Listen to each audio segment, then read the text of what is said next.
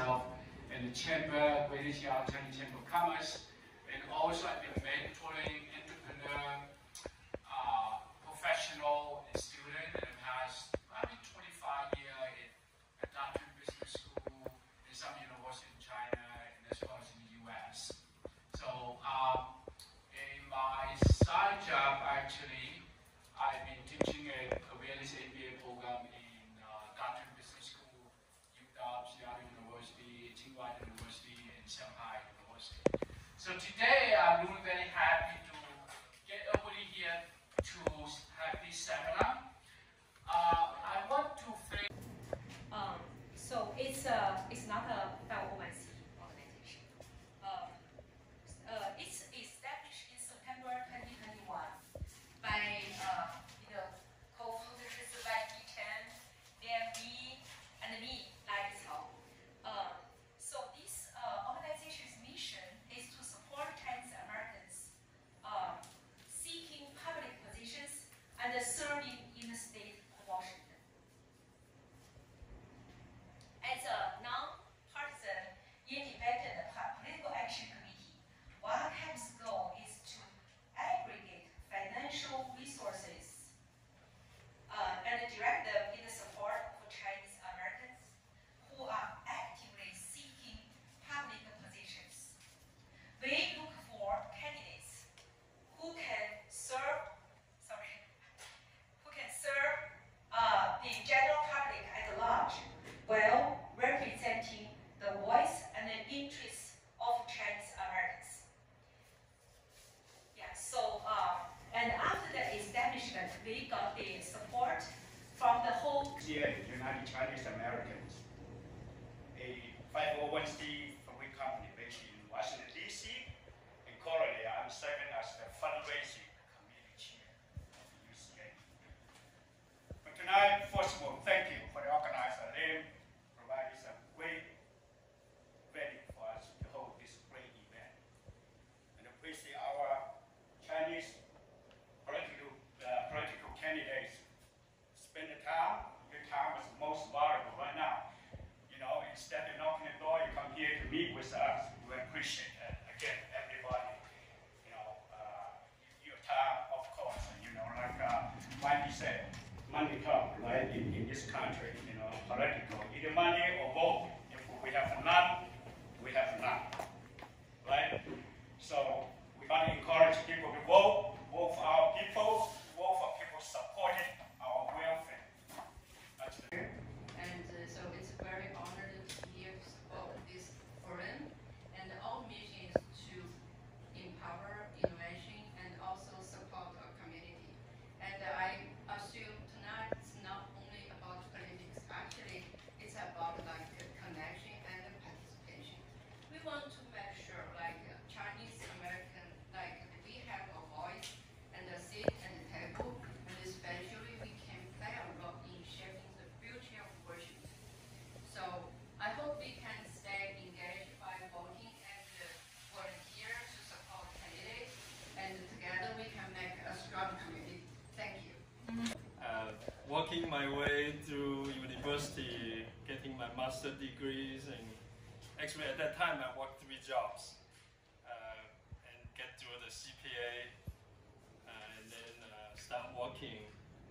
But in 2021, I started getting involved in local politics. I want to tell a little bit story to kind of ignite some interest, especially those first-generation immigrants.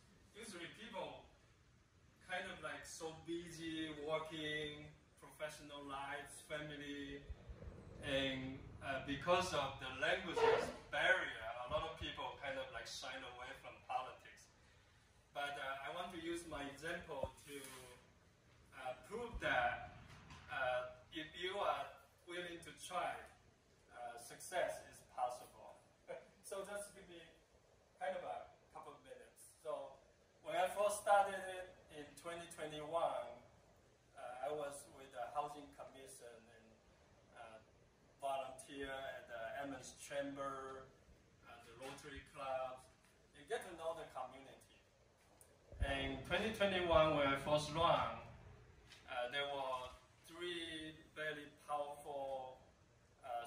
educated candidates. One of them was the current city council member who was serving for 2 years, and the other one was a returning council member who has served for 10 years.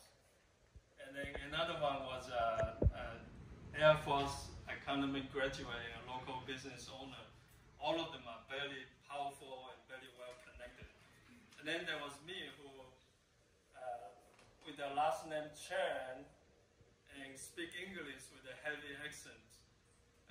So running for city council position number 2 in a community where 80% of the populations are white Caucasians.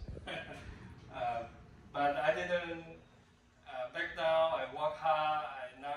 My goal was to knock on $6,000 at the time. But I ended up knocking only on 4,000 because I had a CPA accounting firm and family and all that. So I didn't meet my goal, but I worked really hard. I was knocking on doors like starting January when it was raining. I just keep going. And actually, people got to know me. So when the result came out, actually I was behind. When the election day, the result came out, I was like about close to 400 votes behind, which is a lot of votes for a small community. But I didn't surrender. People asked me to, just surrender. I said, there are a lot of votes to be counted. So I waited, and by the third day, I came back. By the fourth day, I overtook the opponent, who was very strong. So let me get into this re-election a little bit. So time flies.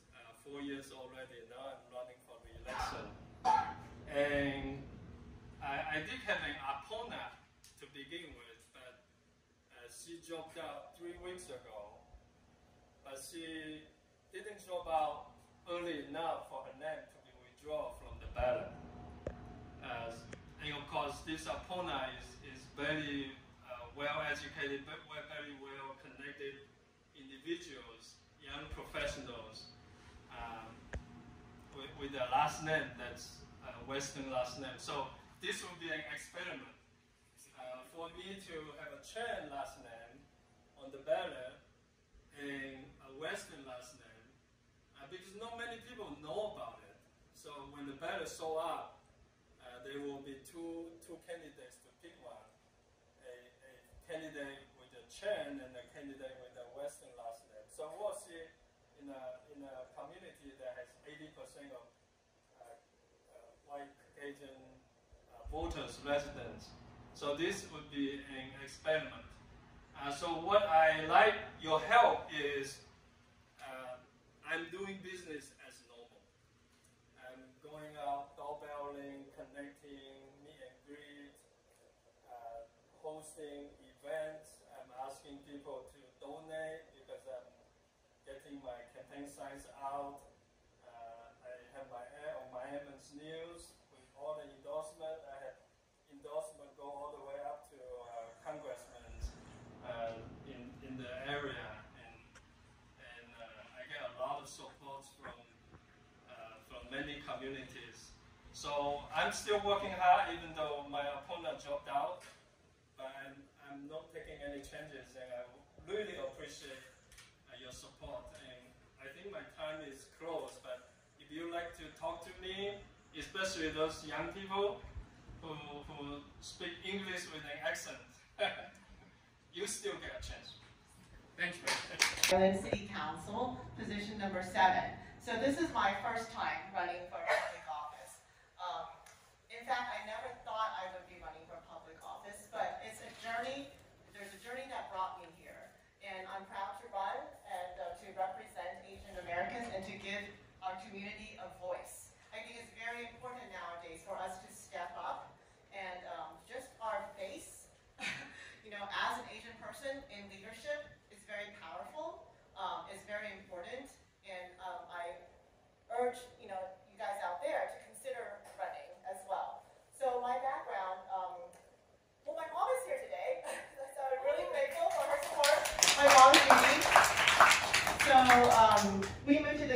when I was 6 years old. I worked really hard. I got to Stanford for my undergraduate, and I was pre-med there.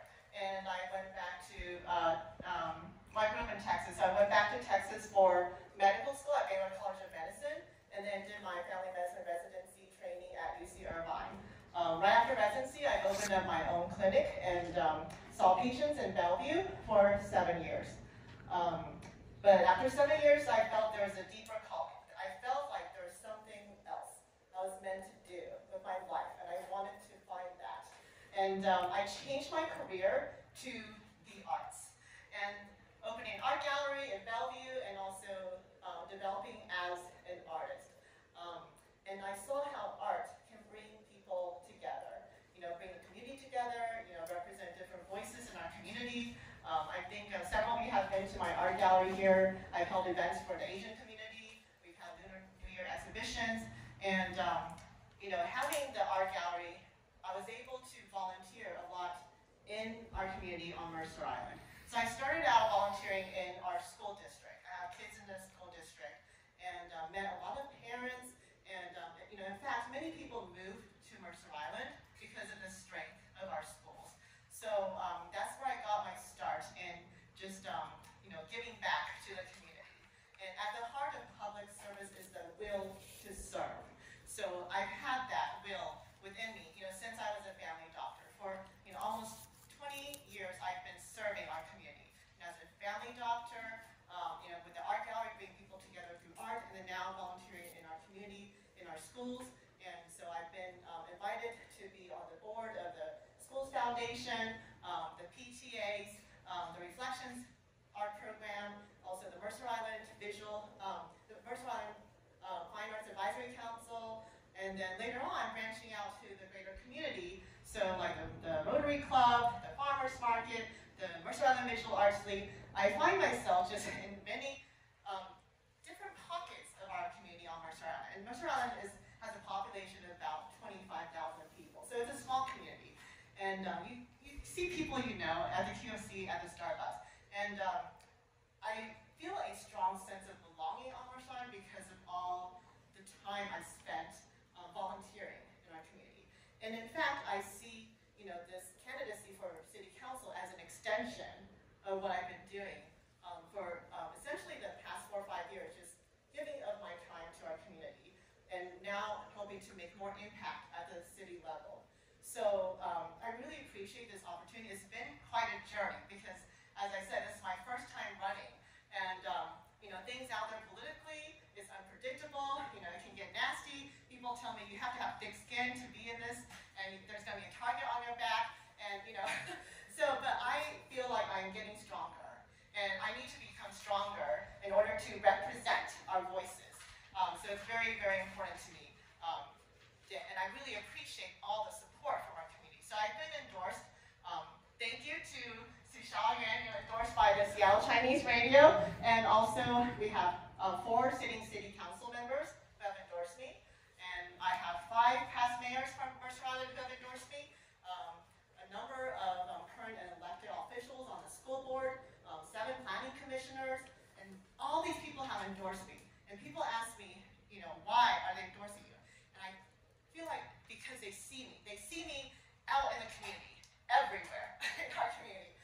They see me devoting my time. They see me as someone who is collaborative, who works well with others and get things done. If you want to get things done, look for a busy person, okay? So that's me. I'm the person who says yes.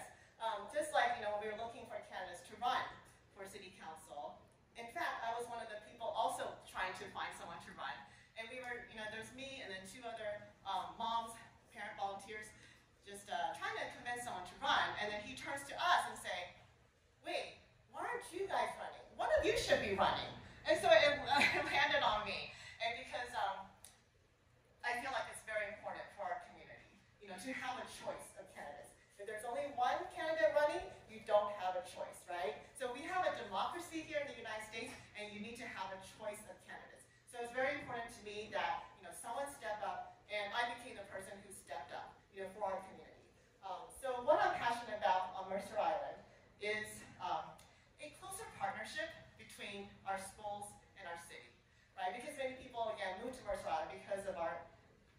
amazing school district. So currently on our city council, there's only one city council member with kids in our school district. And because of my heavy involvement in our schools, it would be just very easy for me to be the liaison between our city and our schools. In fact, I used to have regular monthly meetings between the city council and our school board. And currently it's down to about maybe once a year. So I would love to see a closer partnership between our schools and our city. In fact, on Mercer Island is a very unique situation because the schools in the city share a lot of the same boundaries. You know, we share our Mary Wyatt Pool, we share Homestead Park, and there's just a lot of common boundaries between our city and our schools. So that's one thing I'm very passionate about, is a closer partnership between our city and our schools. Yeah, the other thing is public safety. Of course, Mercer Island is a very safe place, and I would love to continue to, you know, to work with the police department and our emergency operations center. You know, we had like the bomb cyclone on Mercer Island, and it really impacted us because we have a lot of elderly patients. We have a lot of elderly residents on Mercer Island, and you know, we need to just make sure that everyone feels like they're getting the information from the city to be able to get through situations like that. And so public health and safety is very important. And of course, things like our infrastructure. Recently, we had a water main break on East Mercer Way, and that caused a lot of inconvenience. They had to close down East Mercer Way.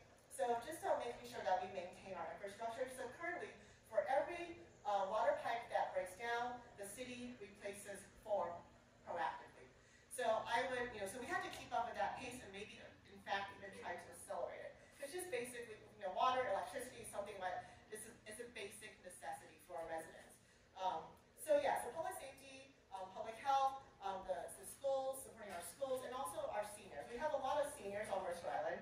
We have an amazing program called the Mercer Island Youth and Family Services, and this is in part funded by the city, and we have a breakfast that helps to fund it through donations from the community and also through our thrift shop. So this program is so important to our community because it not only helps seniors with programming, it also... And then she unfortunately couldn't join tonight because she has a family event to go to. So she sent me to give a speech on her behalf. So I knew her since 2021 when I moved to Issaquah. And after just seeing how committed and passionate she is about her role in City Council, I said I will volunteer. So she was appointed to be on the City Council of Issaquah in February 2025, so this year. And she is running to retain her seat in November. The seat was vacated as the former council member was elected to the state legislature. There were 12 candidates in total, and the City Council voted unanimously to appoint her. And she is the youngest, I think, is the youngest Chinese American to serve on the Issaquah City Council. So quite an accomplishment. So her priorities right now are focused on maintaining public safety, improving traffic flow, protecting the environment, making housing affordable, supporting small business, and stewarding taxpayer dollar. So there are 3 points I want to speak on her behalf for why you should support her for her running her next term. So the first point is she's very community oriented. The first time I knew her was through Issaquah local trails running club that she organized in 2021. The goal is to bring all the trail runners together, and as she started this tradition, it evolved to be we will first go for a run in Cougar Mountain, Squaw Mountain, and West Tiger Mountain, and then eventually evolved that after the trail run, we'll have a potluck at the trailhead. And the potluck at the trailhead was a great way for us to all connect. And then it started with about 20 people, 15 to 20 people every Tuesday night to go around together. And then in the summer, we get to as big a group as 50 people. And we just celebrated our 4th year of having this trail run club. And she was able to bring that community focus in her volunteer work as well. She is the president of the Issaquah Alps Trails Club, which has advocated for conservation of the Issaquah Alps for nearly 50 years. She is also the board member of Mountains to Sound Greenway, and she's also a member of the mayor's strategic plan task force. And she's able to bring that community focus into her city council involvement and running her campaign through connecting the voters. She has done multiple doorbelling events with her allies on the city council in Tallis community or Squawk or other community that you other community in Issaquah. And then she also ran a Reddit Ask Me Anything page. So if you're familiar with Reddit, it is an online forum that anyone can go and ask questions. And a funny question that she got asked on the Reddit page was, do we have a plan in place if attacked by Maple Valley? So for context, Maple Valley is our neighbor city. And she had really good response that highlighted our emergency preparedness work and evacuation study. And on that Reddit page that I personally went to check out as well, she provided detailed answer for up to 40 questions, and that page itself has 17,000 views and engagement. So the second point I want to talk about for why she is a really qualified candidate is that she has an engineering background and she brings that mindset into problem solving of asking questions, drilling to root cause, and identifying solution. So right now, as a current member of City Council, she is leading a charge regarding regarding a commuter program called MetroFlex. So Issaquah right now is contributing funds to MetroFlex, which is a government subsidized Uber pool. She is trying to find out if there are some alternative that could be more cost effective and pulling private funding to make the taxpayer dollar go farther. One idea is to do a public circular bus that could get partial funding from Costco while also providing critical transportation access for residents that are living farther out neighborhoods, such as Tallis and Squawk Mountain. And the third point I want to make for why she is a qualified candidate is that she is very passionate in city planning and making Issaquah a better place. And her passion is very infectious. And she's trying to get us, local residents, to be more involved and inform us about what's going on in the city council. So to give an example, a cause she's very excited about is the local traffic. Asian American young people, candidates are here today. It's amazing. When I first ran 32 years ago, was practically no Asian, no Chinese American elected officials. And so it's impressive. I want to make the point that we are very fortunate that we have new blood coming in, and this is our future, right? The reason why I got into politics because I believe that we have not been seen, we have not been heard. We are very, very diligent, we are very successful in everything we do. However, we don't understand the importance of politics. From where we're from, especially in China, nobody wants to go into politics. The Chinese say, if you stick out your neck, you're going to be cut. So you just got to keep quiet and let government tell you what to do. But in this country, you have to. You have to be visible because we're in a country of democratic system, and we need to be heard. Somebody said that, I always tell people, if you're not at the table, you'll be on the menu, right? So we don't want to be on the menu. We want to have opportunity to control our destiny. So that's why, I got into politics. For 32 years, I was former mayor. I was very fortunate. I was the first minority council member in the city of Bellevue. The first Chinese American mayor in the city of Bellevue. So I'm glad I had taken a part, made some example to show the future.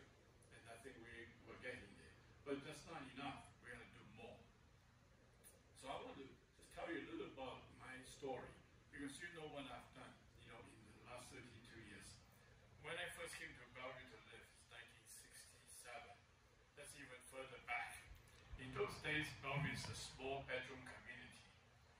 And, when I first ran 32 years ago, the population in Bellevue is, they say, literally white, probably less than 1%, I would say, Asian minorities. Maybe even the minority per se. We don't even see too many African Americans. So mostly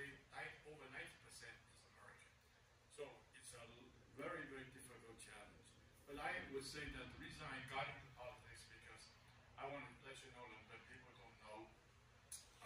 I was raised, was born in China, Kunming, Yunnan, and my father died when I was about 8 years old. He passed away in an accident. So my mother really brought me and my sister up all our lives.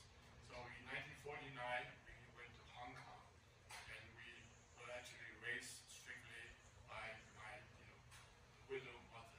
So that makes a difference in me because we have a lot of help, we have a lot of support from friends, from relatives, from everybody that we meet, my mother and brother. So I have learned the basic stuff. We cannot survive by just ourselves. We have to have other people helping us. And then I was very fortunate that I went to good school because my mother believed it's important to have good education. So I love to be educated. And when I was ready for college, I came to the United States. Again, it's because a lot of people helping us. So I came here, I became an engineer, got my degree in Michigan, got my MBA from Washington, worked for Boeing. All this time is not easy. Coming to this country as a student, you cannot stay here. You have to study. You got to go back. Unless you got a job, sponsorship by some company. And very few company will sponsor you. But a big company like Boeing did. So when I was first looking for my work, I studied electrical engineering. At that time, it was electronic engineering. It's at the time when John F. Kennedy said we'll go to space to beat the Russians, the Sputnik. So they spend a lot of money put into technology. And most money is spent in military, because that's how you develop technology. And so when I apply for a job, I think, well, gee, I got the right skill. I learned all the things about technology. But when I start looking for a job, they say, well, you need clearance. As a student, as somebody from China, there's no way you can get clearance. So I couldn't get a job. So the only job I get is working for Boeing because they make commercial airplanes. And they need a lot of engineers. So they hire people from England, from Canada, and I was fortunate enough that they hired me, sponsored. It took me 6 years to become a permanent resident because there's a quota. There's only 100 people a year that can become permanent residents. So if 10,000 people apply, you have to wait for 20 years to get a chance to be accepted. So they have special bills every so often, like 5-6 years. There's lots of people who are special skill while on the waiting list, Congress will approve. So that's how you get it. They have to wait for 5 or more years to become a citizen. All during the time, it's like, I'm nobody. I'm a stateless refugee, not even a refugee in those days, because there's no special status. I cannot leave this country, I cannot go anywhere. If I even violate anything, get a traffic citation, they could deport me if they wanted to. Imagine where we're living today, how much we are vulnerable as foreigners, as immigrants. We can be deported anytime. So things were tough. So as a result, I believe that in order to make a difference, to be recognized, to be heard as minorities, as Asian Americans, we have to get into government because government makes policies that affect everybody. Another story is Microsoft, when they were growing, they almost got broken up by the government because they think these are monopoly. Fortunately, it didn't get broken up. So Microsoft, at one time, they never do anything in politics. Bill Gates, as you know, he doesn't get into politics. But when it was threatened, almost got broken up. Since then, they are the biggest lobbying company with the most money for politicians, for elected officials. Because they know you have access, you have influence. As a result, we have to have that influence. And we've gained a lot, as I mentioned, because of the younger people. You are all involved and very articulate, and I really appreciate the issues you talk about, the things that you are doing. That makes a big difference. But we have to continue to do more. The challenge is getting even more so. Looking at the government today, things are not getting easier. Things are getting even more challenging. So we need to keep going. So, as you're seeing, I don't need to go through what I've accomplished. Just look at, we have turned Bellevue into a federal community in an urban center, booming urban center, and a technology powerhouse.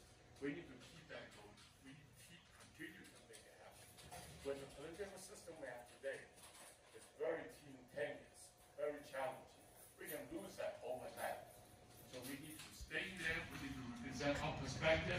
We need to be active. We need to be committed. We need to vote. We need to elect the right people to the office. The right people. People who share our values, share our background, share our experience, who are looking at our future for future generations. Otherwise, we can change into something drastically different, which we don't like. So I hope that you guys will help. Voting is most important, so make sure if you're not registered, register. If you're not a citizen yet, when you qualify, become a U.S. citizen. And to do all that, you need money, because you have to for City Newcastle City Council position 6, and I first want to thank everybody here, and especially our sponsor, and I'm honored to be invited at this event. And I remember seeing some survey. They said only less than 2% of Americans ever run public office in their lifetime. So for the candidates, I salute you. I think we are the ones with the vision, with the courage, and I especially salute to the person who is already on the seat, well, Mr. Lee and Janice. You guys are our examples. And I want to say our community is growing, and we should contribute and to make it stronger. I think we all share very similar our journey, our story. Basically, we work very hard to get to personal, professional success. But I think this is a time for us to give back to the community, to give back to represent the people. And I live in Newcastle. It's a small suburb. It has population less than 15,000, so it's even smaller than Mercer Island. And people chose to Newcastle because it's small, quiet, and safe. The Asian population actually is almost 40%, and half of them are Chinese Americans. And the one thing is, I will say I'm kind of in the same boat before I joined this race. People just mind their own business and work hard and try to enjoy their life. And we call, in Chinese saying, we say the harmony is the most important thing. I leave everything out and I just enjoy what we have. However, in this world, and I think a lot of people already said, you need to get involved because all the policies will impact us. If you don't get involved, you will be on the menu. If you don't get your voice out, elect the people who will voice your concerns, you have no voice. And so for that, I'm running to keep our city small, quiet, safe. And the Newcastle residents have expectations for the officials. I think all of our Chinese Americans have those expectations. We want our community to be safe. We want our community, our value be honored, and we also want to make sure the policies will drive us towards a better future. So again, I'm inspired by all the leaders ahead of me. I'm also committed to run a very positive and clean campaign. And also, as others mentioned, campaign does need financial support. So I appreciate all your support. And I'm very happy we actually have a larger, stronger community behind us right now. So thank you, and thanks for everyone. District 5. I just wanted to take a minute to thank all the candidates and the people who are sponsoring this event and people who are attending. The education and civic duty was really instilled as a value in me from a very, very young age. My yeye, my paternal grandfather, was a Xiaoyuan. He was a Chinese diaspora person living in Brazil, and he really had this dream of being able to vote in an election. And so in the late 80s, when my father was able to sponsor him for a green card, he came to the United States. And when I was in high school, we studied for his citizenship exam. He became a U.S. citizen my senior year, and we voted in our very first election together, which was actually a school levy.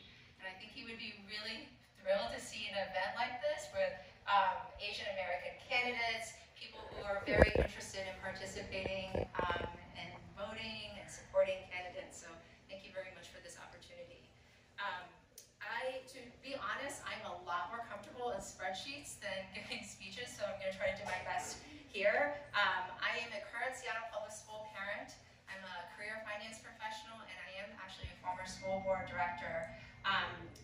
Public education really transformed my life. I am a daughter of immigrants. I started my education as a second language learner, and it was actually my third grade public school teacher who noticed that I actually was not hearing very well, and I have a hearing disability, and she got me the support that I needed. And I'm very grateful for all the commitment and dedication of my teachers. Thanks to them, I went to Harvard, studied economics, and went on to get an MBA from Harvard Business School. I had a career in investment banking. I worked at Google. But all that time, I did 25 years of volunteering with kids and immigrant communities because I always had that feeling of wanting to give back.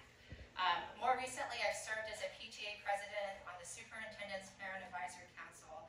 And then in 2021, during the pandemic and during the rise of the anti-Asian hate, I saw that on the school board that there actually wasn't an Asian American leader. And I really felt inspired at that time, despite my complete hatred for public speaking, to step up and try to serve your community. But why am I doing this again? I actually am no longer on the board, but why am I doing it again? If you've been following the news, this past school year has been a very chaotic year for our school district. The district proposed closing 21 elementary schools, would have been highly disruptive to hundreds and thousands of elementary school families and their teachers and the staff members. The superintendent resigned in April, so now the school board has to do a completely new search. And I got a flood of calls from community to, will you please do this? Because they had experienced what my leadership was like when I was on the board. And I gave it a lot of thought, and I decided that I would indeed do it because, well, first of all, I know what running for office is like, and I can do it. And I know what serving is like. And it was truly one of the best experiences of my life. And I really encourage people that if you feel that call to give it a try. I had a very positive experience. If I'm elected, the things that I would like to work on are, number one, we need to put our district on a path for long-term financial stability. I don't think a lot of people realize how big Seattle Public Schools is. We have an operating budget of $1.2 billion. By comparison, the city of Seattle, their budget, if you take out Seattle City Light, which is kind of its own, operating business utility, it's $1.6 billion. We have a volunteer board of 7 school board directors. At this moment, there's not anybody with any professional financial experience. We need to set a vision for academic excellence for every single student. We have relatively high graduation rates, but if you look at the test scores of our graduates, below 50% of our graduates are meeting grade level standards for reading and math. That's really unacceptable. We are not setting up our graduates for successful career, college, and community. I love that you brought up young people's mental health. Our kids are really not doing well post-pandemic. And at the extreme end, in recent years, 2 students were murdered in our high schools with guns. It's really unacceptable. I think we need to get serious about student safety and well-being. How will I get elected? Well, I am very grateful to have won my primary. This race is kind of unusual. It's a district primary, but now it's a citywide race. So now I have to run the same kind of campaign that the mayor has to run and the city council have to run. So I was focused on one district, now I have to run in 6 new districts. So I'm frantically trying to reach hundreds and thousands of voters very quickly in the next 4.5 weeks. I've got some really great endorsements and I really would appreciate your support today. Thank you. Growing. So my name is Janice Zahn, my Chinese name is Lam Ho Ting. And it's important for me to say that because Zahn is my husband's name. So a lot of times when I look at the English name, there is no part of my Chinese name in any part of that. So I'm an immigrant. I came to the States from Hong Kong when I was 10. And because it was Hong Kong, we learned English, and that's why I have an English name as well. And I share this story with you because it really grounds who I am, which is when I came to the States, it is not like it is today where we actually want to value and celebrate our culture. When we came, it was about assimilation.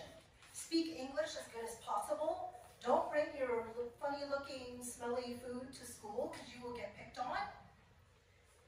And I think that when I think about representation, a lot of what I think about is how do we make sure that as Chinese Americans, that we feel like we belong and that we don't have to pretend to be someone else to be accepted.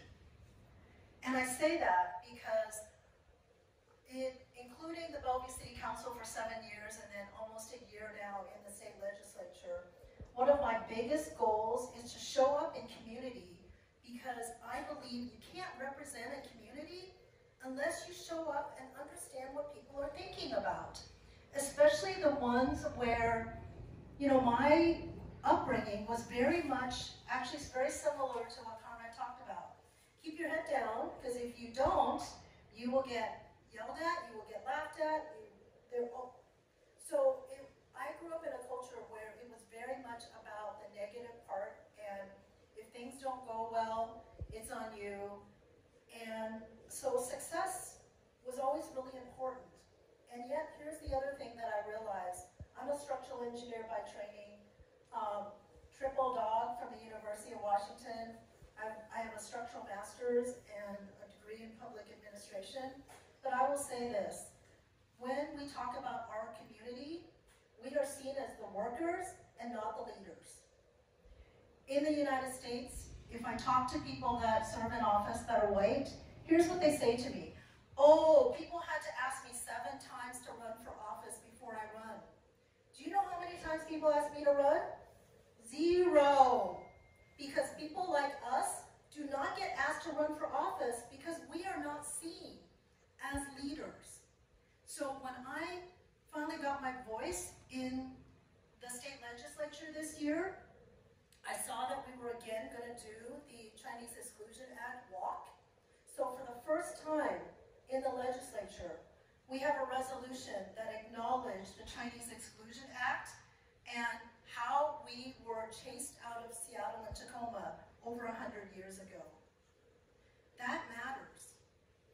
When I think about the way that in our schools, there is still discrimination, we don't actively talk about mental health because there's a stigma associated with it.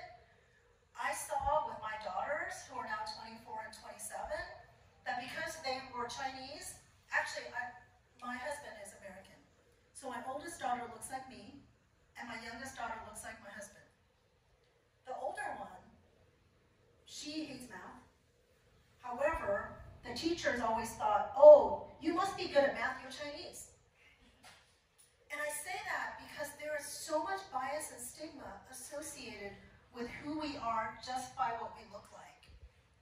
And the more that we have representation, the more that we can push back about the fact that we are so much more than how society sees Chinese Americans and how we show up and that we can be multidimensional.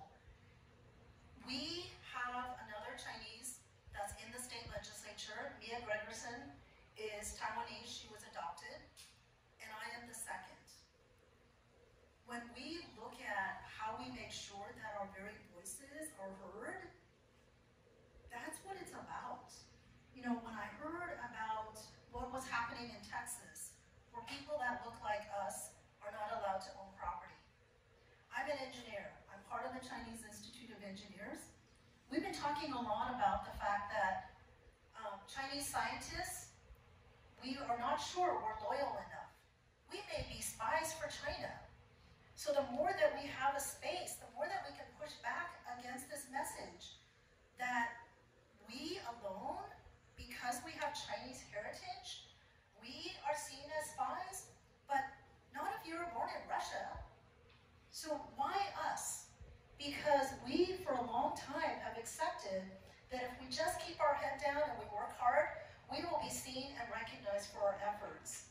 I think more and more we need to change that paradigm and claim that space that says we actually are just as good, if not better, in these spaces of being in politics, whether it's in the school board, in city councils, or in the state legislature, and that we are going to work hard to make sure that we are not going to say negative things about other people. We are going to run based on what we bring. And I think a lot about, nowadays, there's a lot of discussion about cutting funding for ESL and helping with language access. My papa didn't speak any English.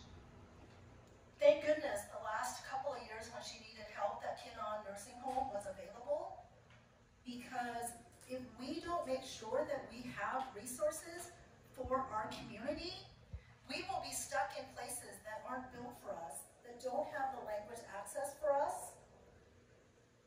And that cannot be the United States that we live in. So anyway, I probably have talked way too much. I wanted to share that though, because I think it really does matter to be able to share these stories. We can talk about policies and the fact that I went down there and I was fighting to make sure that we had education funding, that I'm actually on a property tax working group to look at all of the systems in Olympia that frankly is broken. We know it's not working, we just continue to put Band-Aids on it. But more than anything, I just want to share with you the fact that together we are super powerful and that we can belong while acting and being ourselves. Happy to have your support. I have some stuff back there. I actually have to run both this year and I have to run again next year. So any support you can give me will hopefully help stave off any opponents that might decide to